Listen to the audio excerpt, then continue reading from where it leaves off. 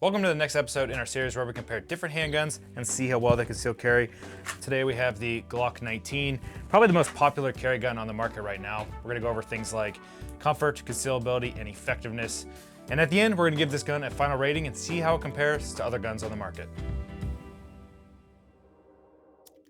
So what we have here is a Gen 5 Glock 19 and a Tier 1 concealed holster. This is what I carried for 7 days, but for something we're doing a little different in this video, I actually carry every day a T-Rex arms holster. So we're gonna be doing a comparison of these two holsters at the end of this video and kind of see which one I prefer. So the first thing we're gonna be talking about is going to be the comfort of the setup with the Tier 1 concealed holster. Just so you guys know, we did get this holster for free from Tier 1 Concealed. They do not get to see the video early. They did not tell us anything specific to say about it. We could say good or bad things about this, but we wanted to let you guys know we did receive it for free, and we're gonna try to be as unbiased as we can. The two biggest things that are gonna play the biggest role in comfort is gonna be size and weight. The size of this setup is going to be 9.25 inches wide by 8 inches tall. That is taking into consideration the Herrington Arms Universal Compensator on the end of this Glock 19 and a Herrington Arms +5 mag extension, so we're adding a little bit of size in this setup, but honestly, it was incredibly comfortable to carry this setup. The next most important thing about this is gonna be weight. This setup weighed 3 pounds and 4 ounces, and that is going to be withholding 15 rounds in the gun and 20 rounds in the spare magazine, giving you 35 rounds of capacity. It's actually less than the X Macro, which is a smaller setup. It's kind of annoying about the Glock 19. However, jumping to the 17 just seems to be a little bit too long for concealed carry with a compensator. So it kind of makes the 19 a perfect setup. With 35 rounds of capacity, I think that's an appropriate amount for concealed carry. Once you start getting more than that, it starts getting to be a heavier setup, which we'll kind of talk more about with the effectiveness of this setup. So now you guys know the size and weight, but there's a lot of other things that go on with concealed carry. We are running the Tier 1 Concealed Axis Elite. I like this holster a lot. It's been one of my favorite holsters on the market, besides the T-Rex Arms Sidecar, which has been my second favorite holster. There's a lot of things that go with a gun and holster setup that kind of are really important for concealed carry. Those being a core essentials belt or a rigid carry belt setup, and obviously jeans. You wouldn't think jeans would play a big part in concealed carry, but the stiffer your pants setup is going to be, the better your experience with concealed carry will be. I found that the Arrowhead joggers are really comfortable, but you're just not gonna get that rigidity you need for a comfortable carry setup. Everything kind of starts slouching down. So for this video, I pretty much exclusively carried this setup with jeans and a core essentials belt. And that's not saying that I don't like the Arrowhead joggers. I think they're a great setup, especially the smaller and lighter the gun, the better experience you will have. With how big and heavy this setup is, the gun would probably just slouch down a little bit. I'm also not a huge jogger fan. I prefer jeans. When I carried this setup, I found that it was incredibly comfortable. It felt like it was on par with some of the other smaller guns on the market, like the 365 X Macro or a Glock 43. I didn't really notice the thickness of this setup. And I think the reason that is because the Glock 19 is not that much thicker than a Glock 43, and we are running a TLR7 HLX, which this is a really small weapon light. I typically run a TLR1 HL, which is a lot bigger of a weapon light. But since I wanted this to be a very comfortable setup that I would carry more frequently, and the HLX performs just as good as the standard TLR1 HL, I kind of wanted to experiment a little bit and try a smaller weapon light. And it's definitely very noticeable for concealed carry. Walking around, going shopping, doing everything with the family, this was incredibly comfortable, which kind of caught me off guard. I was expecting this to be a very heavy, annoying setup, and it really wasn't that bad. The next thing I did a lot of was actually sit at my office at work. Sitting, it felt very comfortable as well. With this being a Glock 19 length and a very small compensator, I really didn't notice it. I found that the Tier 1 Concealed did sit a little bit lower than the T-Rex Arms holster, which was fine. With this being a small length, it was very comfortable. I could also adjust it up if I wanted to. I really didn't feel the need to do that. It came in the perfect spot for me, which was right in the middle, not too high, not too low, which is one of the pros of the Tier 1 Concealed holster. There's a lot of adjustability and flexibility in this setup. I think a lot of the comfort that comes from this setup is because of the design features of it. You can see it has a lot of motion here with this bungee paracord setup. There's a lot of movement and adjustability, which makes it really comfortable to carry. When you lean a certain way, everything kind of flexes the way it should, kind of flexes with your body, making it incredibly comfortable. Another thing that's really cool is they have this wing on here that you can stack higher or shorter to pitch the gun closer or further away from your body. I found what comes with the gun, the 4-piece stack, works really nice, pushes the gun into my body, but not so much that it hurts. Another thing that's really nice about the Tier 1 is that it has these ridges along the spare mag, which actually pushes the spare mag in your body. I found that a lot of the other holsters on the market kind of leave this flopping forward and kind of pushing away from your body. There's nothing pushing the spare mag into your body, But with the Tier 1 concealed, you can see it has these ridges, which kind of act like a wing. We'll talk more about comparing this Tier 1 to the T-Rex later, but I think that's one of the bigger differences between these two setups. One thing to keep in mind with sitting with this holster is if this was a Glock 17 length or a 34 length to accommodate for a compensator, I think there would be a lot more discomfort. That's a lot of kydex pushing into your groin area, which is incredibly uncomfortable. I found that you can shoot this gun quite a lot before this compensator gets too hot to reholster. So covering a compensator is unnecessary. An open front is definitely the way to go. A lot of holster companies are really switching to this, which I can appreciate. Just makes it a lot easier to conceal carry a compensated handgun. One thing we opted to select is the lower spare mag holder. So you can see it here, it is flush with the top of the handgun. If you don't select this, the mag is going to sit up way higher than the actual handgun itself, which makes it incredibly uncomfortable to sit down. This is gonna be digging into your stomach. So guys, if you are gonna run a mag extended mag, make sure you select that. It's going to make it a lot more comfortable when you sit down. So now let's kind of move on to the other thing I did a lot of with carrying this for 7 days, and that is going to be driving. I could probably drive like this all day long. There's really no discomfort at all. I feel the spare mag a little bit pushing on my hip. It's really not that big of a deal though. I could probably shift the gun to the right a little bit and it'd be perfectly fine. You know, in previous videos we said we could probably only drive for 45 minutes to an hour carrying comfortably. I feel like I could drive for 8 or 10 hours and feel comfortable, not feel a lot of binding. The high spike guard makes it incredibly soft up against my body. I don't feel the grip texture. I don't feel the slide at the optic. Don't feel the compensator digging into anything or the weapon light. I think this is exactly what people would expect with driving and concealed carrying a Glock 19. Last thing we're gonna touch on about this setup is going to be exercise. I actually started 75 hard recently, so I was walking every morning with this setup and working out. I would walk probably 2.5, 3 miles. Didn't even notice it was there. And working out at night was incredibly comfortable as well. All this adjustability made it incredibly easy. I also found that the Tier 1 concealed is incredibly locked in. This gun could not come out if you wanted it to. So you're not gonna have to worry about your gun flopping out when you're working out.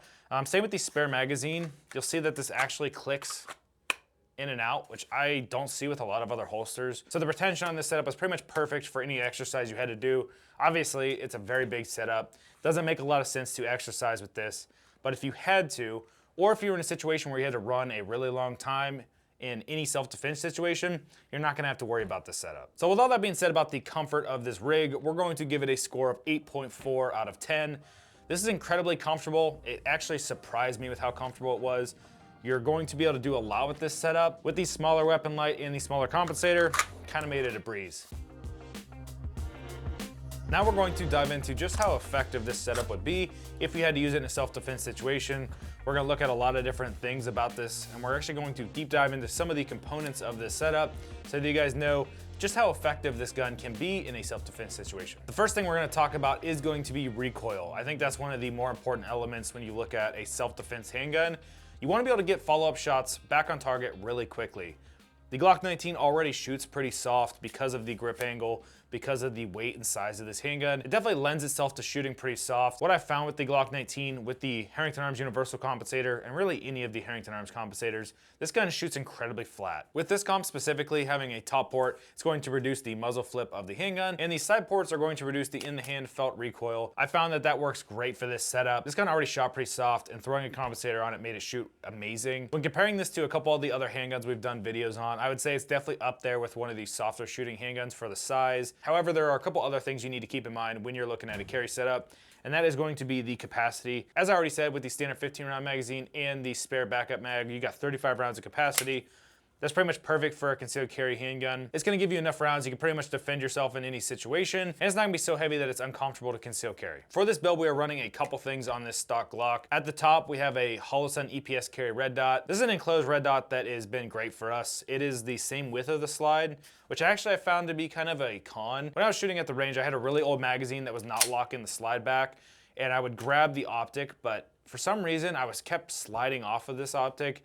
I don't have that issue with the 508T or really any of the other Holosun dots that extend past the width of the slide. So while this is nice for comfort, I found that it was kind of annoying for manipulating the handgun. I think it's just gonna come down to a little bit more training with this smaller optic. But optics are great for increasing your speed. you're going to be able to pick up that dot a lot faster than lining up iron sights. And you're going to be able to focus on the target itself and not focus on your sights. So you'll be able to shoot a little bit faster, a little more accurate, which is incredibly important for concealed carry. Moving our way down, I do have a Cogworks / Primatia slide lock slide release in here. Like I already mentioned, I did have a couple times where the slide did not want to lock back. If you don't run this slide lock slide release and you have a nice high and tight grip, you probably shot a Glock and not held the slide open on the last round. And that's because you're pushing this down. The factory one is incredibly small. For me, that extra time it takes to manipulate the slide after I load a magazine just takes too much time, and in a life or death situation, I do not want to have to deal with that. I want to be able to hit that slide lock and perform a really quick reload. So for me, this was kind of a must. With the Glocks and some of the other smaller handguns, I ride this a lot. So for me, it's incredibly important to increase the reload speed with this Cogworks slide lock slide release. Moving our way down, we do have a Glock performance trigger. This is definitely better than the stock Glock trigger by a long shot. However, the week before filming this video, we had a Herrington Arms range day, and the trigger actually failed. I was shooting and all of a sudden I had a dead trigger. After that, it was an incredibly heavy trigger pull, probably 10 to 15 pounds. And then it just slowly got worse and got all the way up to probably 20-pound trigger pull. And I just stopped shooting this gun. It was pretty much dead. After pulling the gun apart, we really didn't see anything wrong. We cleaned it up, we put some oil on it, and it was fine. I'm not sure why this happened. I haven't heard of this happening too much. So if you guys do get a Glock performance trigger, make sure you install it correctly. Make sure you add the oil where you have to. And definitely go shoot your handgun and make sure it's gonna be reliable for a long time. Other than that, this trigger's been great. I really like this trigger in the Glock. It's better than some of the aftermarket triggers I've seen and shot with. It has a very short take up, very nice wall, very short break, tactile break, and a very nice tactile reset. However, I do have less confidence in this now. It makes me a little concerned to carry this gun with this trigger. I don't want to get into a situation where it breaks again. So time will tell if this is going to stay in this gun. I'm going to put a lot more rounds through it and make sure it's safe for concealed carry. Moving our way to the light. I kind of preach this a lot. I recommend a weapon light on a handgun because you can't shoot what you can't see, and lining up your red dot on a black fuzzy target is definitely not going to be good for anybody. If you pull that trigger and you don't know what you shot at, that's not good. And I always get the comments that a support hand weapon light is just as good, but try to get a nice grip on a handgun with a weapon light in your hand. I find it's pretty much impossible. Shooting one-handed doesn't make sense. I think throwing a weapon light on the gun really doesn't decrease comfort that much when you're looking at a carry setup, especially with a small TLR 7 sized weapon light. I just really recommend this for your sake and for everybody else's sake. You want to be able to see what you're shooting at and protecting yourself from. So this was a big perk for this setup. I consider it a must, and going from a TLR 1 sized weapon light down to a TLR 7 made the comfort jump up quite a lot. So this is gonna keep the same effectiveness level as a TLR 1 HL. If you guys don't know, the HLX series is going to be a little bit better than the HL series. It's gonna have more lumen, more candela. It's just gonna be kind of all around better. So if you guys haven't seen the HLX weapon lights from Streamlight, you guys should definitely check it out. Moving our way down, we are running the Herrington Arms +5 Glock 19 mag extension. This is going to help with your effectiveness. It's going to add capacity, which is definitely a good thing. Having more capacity in any self-defense situation is going to be a good thing. It's not like Hollywood. Bad guys usually require more than one round, so having a little bit extra capacity is going to increase the effectiveness of this setup. One thing I wish we could have thrown on here is the Herrington Arms prototype magwell. I had it on here for my carry setup. I had to take it off because we weren't allowed to tease it just yet. But a magwell is going to help really increase that reload speed, give you a lot more confidence. And if you accidentally butcher a reload, it should correct and save it, which is going to save you a lot of time on a reload. I found I had to slow down a little bit to perform an accurate reload. And really, I can just push that speed a lot. I feel a lot more confident when there's a magwell on here. You almost really can't miss. So that's gonna help increase that effectiveness a little bit more. I think this would have scored a little bit higher had we had one on here. Take that for what you will. There's a lot of magwells on the market that do a lot of great things. So if you wanna increase the effectiveness of your Glock 19, I would say throwing a magwell in here is definitely gonna help, or at least a plug back here. Glock through this giant hole in the back of the frame, which if you've ever performed a reload on a Glock is incredibly annoying. You find that you can catch it really easy. So now jumping into how the holster plays a role in the effectiveness of the setup, I think there's a couple things you need to look at. One of them being ride height. This is incredibly adjustable. It already comes very comfortably set. The gun is set properly out of my pants so that I can get a full grip on the handgun. Sometimes you'll see with holsters, your knuckles will actually hit the wing. You can see the Tier 1 concealed has plenty of clearance, or the entire setup is so low that it's hard to get a full grip on the handgun when you go to draw. I think Tier 1 Concealed knocked it out of the park with the proper tolerancing here, made it very fast and comfortable to draw this handgun. Another thing that I already mentioned, you got to get the proper height for your spare mag extension. You want to be able to get a good indexing point on your spare mag to perform a solid reload. For me, the closer my finger is to the follower, the better I can perform a reload. You can see when I perform a reload, I can get pretty close to the follower. So the more mag that's exposed, the better. I did opt for a high sweat guard. I found that this just makes it a little bit more comfortable rubbing up against my body. I don't wear an undershirt, so rather than having a gun rub up against me, I have a little bit of Kydex. Just makes it a little bit more comfortable for me. Another thing that is incredibly important for the effectiveness of a setup is going to be how locked in this gun feels on the belt. With running a good core essentials belt, this gun pretty much doesn't move. If you run a sloppy holster setup, you're gonna see this gun's moving all over the place, which is gonna make it not very consistent when you go to draw your handgun. Obviously, dry fire is incredibly important to get in that muscle memory to become effective with your draw. But if your setup is sloppy, you're just gonna be kind of chasing your tail. And that's definitely not the issue with the Tier 1 Concealed. So for this setup, we are going to give it a 9.3 out of 10 on effectiveness. I think that's an incredibly accurate number for this setup. I find that the Glock 19 just shoots really good. I can shoot it really flat and fast. I can perform reloads pretty well with the stock magwell. Obviously, even better with an aftermarket magwell. The frame of the handgun is a little fat. The undercut could be a little taller, but honestly, when it comes down to core fundamentals of shooting a handgun, I kind of revert back to my Glock 19 experience. So for me, this was incredibly easy to be effective with, and that's why we give it a 9.3 out of 10. Handgun. You're gonna find the Glock 19 conceals really well. It has this very small frame, which allows you to not print as bad. This gun did not print. I typically wear a tighter t-shirt, and even with the additional thickness of the Glock 19 and a spare magazine, printing was not a problem. I think a lot of this has to do with the different features added to the holster and the rigid belt setup. The rigid belt setup probably plays a bigger portion. If you're running a floppy leather belt, the entire gun's gonna kind of flop forward and kind of expose the edge of the frame and the spare magazine. Really wasn't an issue. The Tier 1 Concealed pushed against that hard belt with the wing here on the gun side and the wing on the spare mag side, pushing it into my body. With the ride height being at the appropriate level, the gun sat perfectly in my pants. If the ride height was too tall, you'll find that the gun will actually flop forward. Obviously was not the case here. And on the flip side, if the gun is too low, it's going to really impact the comfortability of this. So you definitely don't want to lower it and become more uncomfortable. I found that sitting in that middle setup made it very concealable and very comfortable. The Glock 19 has been kind of the preferred carry gun for a long time, so it's no surprise that I was easily able to conceal carry this handgun. Obviously, it could get even more concealable if I threw a hoodie on in the wintertime. With it being the springtime in Ohio, I found that I could carry this gun no problem. Nobody kind of side-eyed me. Nobody had any idea that I was carrying this setup. Obviously, that is going to give it a very high score, and there's not too much we can talk about here. There's nothing I can really nitpick that was a big problem area. It just went kind of as it should. And the concealability was definitely not quite as good with the T-Rex arms. This comes out the gate kind of high, which kind of flopped the gun forward, but we'll talk more about that here in a second when we get to that segment. We're going to give this a concealment score of 8.1 out of 10. The reason I docked some points off this was because it is a thicker handgun, and I found the tighter the shirt got, or if I were to lean back, you could kind of see some of the guns starting to expose. Obviously, I already said I wear a tighter t-shirt, but I really didn't see this with the thinner guns like the 365 or the Glock 43X. So as I've been mentioning during this entire video, I want to compare this to the T-Rex arms. Now, I have a lot more time on the T-Rex arms holster, but what I've found is that the T-Rex arms has some pros and cons when comparing it to the Tier 1 Concealed. Right off the bat, the T-Rex is a lot more rigid. There's only 1 degree of angular movement here. It doesn't flex like the Tier 1 Concealed does, but it feels like the gun can holster and unholster a little bit faster, feels a little smoother than the Tier 1 Concealed. The Tier 1 feels kind of squishy, whereas the T-Rex arms feels very tactile, making it feel a little bit faster to draw the handgun. One of my big complaints with the T-Rex is that there's no wing for the spare mag.